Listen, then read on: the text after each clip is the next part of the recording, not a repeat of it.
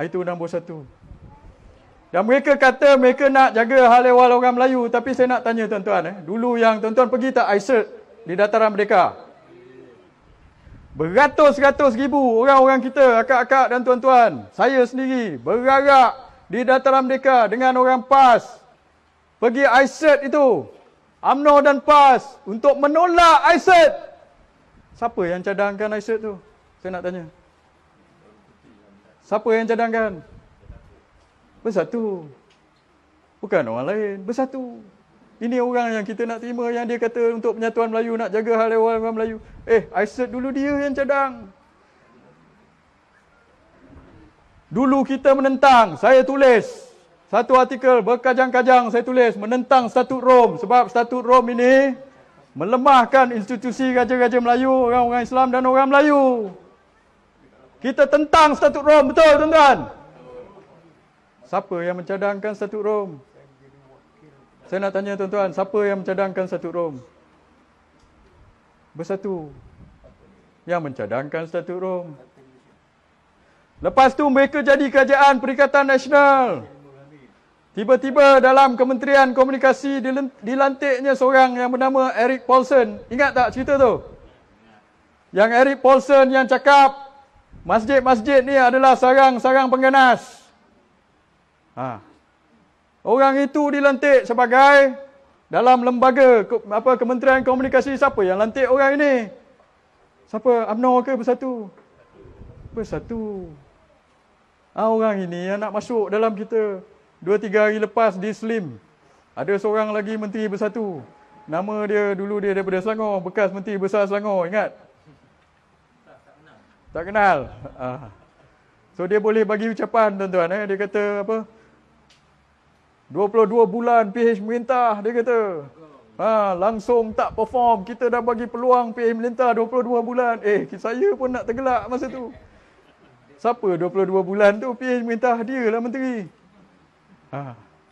Azmin, dia pula pergi cakap 22 bulan PH merintah tak perform. Dan apa dia orang kata, ramai rakyat mati pasal COVID sebab PH merintah. Masa itu 22 bulan siapa yang jadi menteri? Dialah. Tak nampak? Hari ni keluar pula cerita ni. Cerita pasal kontrak, tender secara direct nego ni, tuan-tuan.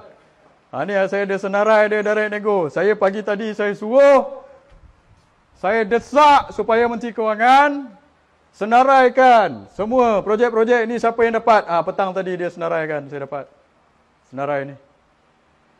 Dulu masa kajian PH, zaman siapa? Dengan menteri-menteri inilah yang kita nak terima masuk ni. Dulu dia yang berjanji, dia kata tak ada. Dia kata semua kontrak-kontrak kerajaan akan dianugerah melalui tender terbuka. Dia tak kata kebanyakan, dia tak kata sikit-sikit, dia tak kata sebahagian, dia kata semua, tuan-tuan. Tapi tadi kita tahu 6.6 bilion.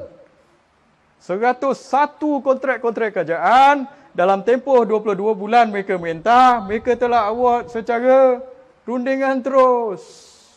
So mana manifesto dia dulu? Lepas tu dia salahkan BN, dia kata BN dulu pun buat. Yalah, tapi kita tak berjanji. Yang berjanjinya awak. Dia berjanji kata semua. Dan daripada kontrak-kontrak ini siapa yang dapat?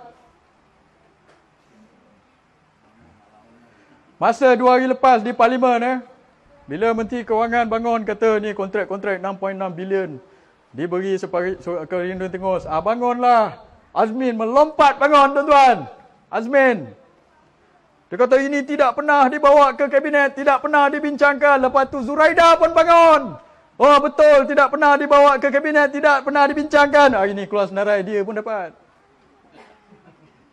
Dia pun bagi. Kementerian dia bagi, tuan-tuan. Azmin punya kementerian bagi rundingan terus dalam senarai ni. Dan Zuraida pun bagi 170 juta, tuan-tuan.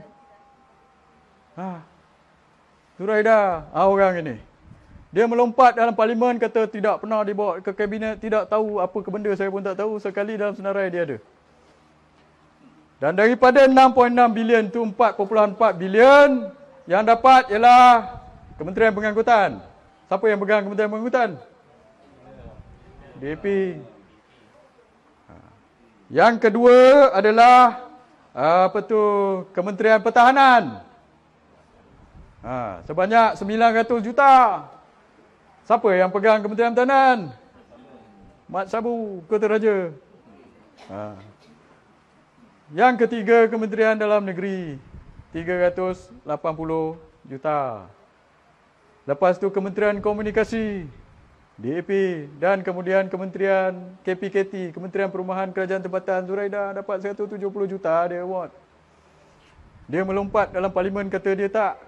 Sekali dia punya. Dan saya perhalusi dulu dia kata, tadi bukan dulu, semalam dia orang kata tak bagi kontrak-kontrak ini, kena ada setengah-setengah kontrak, dia justify dalam parlimen, kata saya tahu dulu, saya dalam kerajaan tuan-tuan, dalam JLC 10 tahun dan kerajaan 10 tahun, 20 tahun saya bekerja. Dan saya pun buat perolehan dulu, saya tahu. Dan memang ada setengah-setengah kontrak ini kita tak boleh open sebab yang melibatkan keselamatan, rahsia kerajaan, keselamatan, dan kita tak boleh open tender, betul. 2 hari lepas itu alasan yang dia bagi pada mereka, dia bagi oleh mereka, dia kata tak boleh, open tender tak boleh. Pasal ini melibatkan keselamatan negara, rahsia kerajaan dan sebagainya. Tapi hari ini keluar senarai tuan-tuan. Apakah benda yang kontrak-kontrak ini yang dia award ni sebenarnya yang melibatkan keselamatan ni sangat? Saya pun tengok. Kod catering, kontrak makan, tukar lantai, lepas tu kontrak security guard. Ini apa benda rahsia sangat ni? Apa yang national security sangat? Takkanlah kontrak catering dengan kontrak makan, kita tak boleh panggil sebut harga, betul? Panggillah sebut harga, 2-3 sebut harga kita biasa buat. At least benda tu open tender, tak payah nak direct nego. Makanan ni semua orang boleh supply. Kalau kita supply kontrak makanan, yang makan tu orang Islam, dah tentu-tentu. Tender itu kita buka pun dapat pada orang Melayu dan Islam, betul? Buat apa kita nak direct nego? Satu. Azmin punya kementerian, apa tu kontrak baiki lantai, bagi direct nego. Dan Zuraida punya kementerian 170 juta tuan-tuan, award direct nego untuk bina satu stesen pemprosesan sisa pepejal. Ini 170 juta untuk proses stesen pemproses sisa pepejal di Jinjang, Kepung. 170 juta. Yang dia melompat, dia kata tak tahu pergi, tak bawa pergi kabinet tu. 170 juta. Dan tadi sekali agung saya cek syarikat ini telah dibagi 170 juta kepada oleh Kementerian KPKT. Zuraida menterinya pada ketika itu. Dapatlah 170 juta. Dan tahun lepas syarikat ini telah anugerahkan subkontrak tuan-tuan untuk pembinaan benda ini, sisa pepejal ni di Jinjang ini, kepada satu lagi kontrak, kepada satu lagi kontraktor, subkontraktor. Tuan-tuan rasa berapa kontrak itu nilai dia? 120 juta. So dia dapat direct nego daripada Kementerian KPKT 170 juta bagi kepada syarikat ini. Syarikat ini bagi subkontrak untuk orang lain buat. Harga 120 juta. So saya nak tanya Zuraida sekarang, apa jadi dengan 50 juta tu? Ada skop lain ke? Ataupun atas angin ke? So dia kena jawab benda ini. Macam mana dia award direct nego 170 juta, kontraktor ini bagi pada orang lain 120 juta, ada margin pula 50 juta tu pergi ke mana?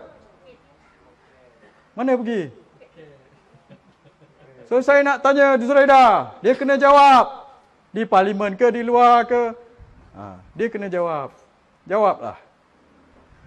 Dan kenapa projek ini dibagi secara rundingan terus? Takkan tak ada kontraktor lain yang boleh buat pengurusan atau pembinaan stesen sisa pepejal ni? Setahu saya banyak kontraktor boleh buat. Sini pun ada.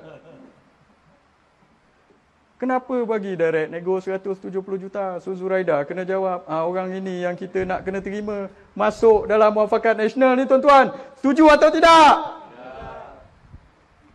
So kita pergi pilihan raya nanti, kita nak kena menjawab semua-semua ni. Dulu kita elok-elok dah, kita boleh pergi secara kuat, pam, dengan yakin. Kita nak cerita pasal PH punya 22 bulan dulu. Apa dia orang buat? Lim Guang Eng dulu apa buat? Dia orang ni apa buat? Sekarang tiba-tiba dia masuk dengan kita. Kita nak pergi mana? Dah kita kena cerita dengan rakyat. Baru kita nak cerita kajian PH ni, sekali menteri ni ada dengan kita. Tadi telah dimaklumkan oleh Setiausaha Agung Barisan Nasional. Dia kata, macam saya cakap tadi, surat itu Tan Sri Muhyiddin dah hantar 18 hari bulan. Yang kata dia bersedia untuk masuk, tapi dia tak masuk lagi. Tapi kita bincangkan macam mana. Kalau dia masuk macam mana. Sekarang ni dia punya situasi ada satu lagi tuan-tuan. Dulu dia suruh kita masuk PN, kita tak setuju. Sekarang ini apabila PAS dah sign dengan Perikatan Nasional, dia orang ada berapa kursi tuan-tuan? Dulu Bersatu ada 8, Azmin ada 11, itu 19. Dan kita tambah lagi kursi lompat kita 13. So ada 32. 32 campur PAS 18. Ada 50 kursi Perikatan Nasional tuan-tuan. So 50 kursi. Dan sekarang dia nak masuk MN. Kita ada 42 kursi. 39 kursi UMNO dan 3 kursi MCA dengan MIC. So hujah dia adalah begini. Hujah dia, bila dia nak masuk MN, sebenarnya dia nak telan kita. Dia 50, kita 42. So lepas ini, bila kita di meja rundingan, siapa yang besar, dia kata. Dia akan kata dia yang besar. So kalau katakan untuk menentukan keputusan sama ada kita nak pakai lambang dia atau lambang kita, lambang Barisan Nasional atau Perikatan Nasional, tuan-tuan rasa siapa yang akan tekan siapa? So saya nak tanya tuan-tuan, bila kita pergi PRU 15 nanti, tuan-tuan setuju ke nak pakai lambang Perikatan Nasional? Nombor 1, dia nak kita punya pengundi. So kalau dia masuk kita, macam dulu bila mereka di AP pakai lambang PKR, di setengah-setengah tempat, orang Melayu pangkah PKR ni, dia tak tahu yang calon tu di AP sebenarnya. Bukan tak tahu, mungkin dia tak berapa perasan. So lambang ni orang kata tak penting, sebenarnya penting. So kita pakai lambang Perikatan Nasional.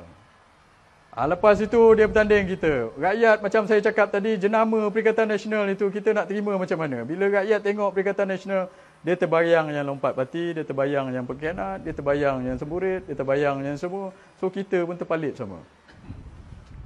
So sebab itu saya kata, kita kena, percaturan ini kita kena tengok. Sebab saya takut kalau kita silap catur dan kita tidak akan berjaya dan kita akan kalah lagi tuan-tuan.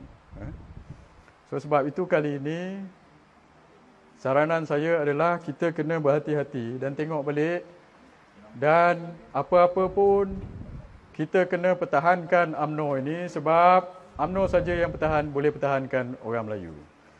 Kalau tak ada UMNO ni, semakin lama UMNO lemah, maka orang Melayu pun siapa nak pertahankan. Nak harapkan bersatu, macam saya cakap tadi, saya tidak harapkan bersatu. So dengan itu, saya serah balik pada tuan-tuan. Sekian, wabillahi taufiq wal hidayah. Saya rasmikan mesyuarat rantau panjang dengan cawangan rantau panjang Selat. Saya serah pada tuan-tuan dan serah kepada Cik Mizun dengan Tuan Haji Samak.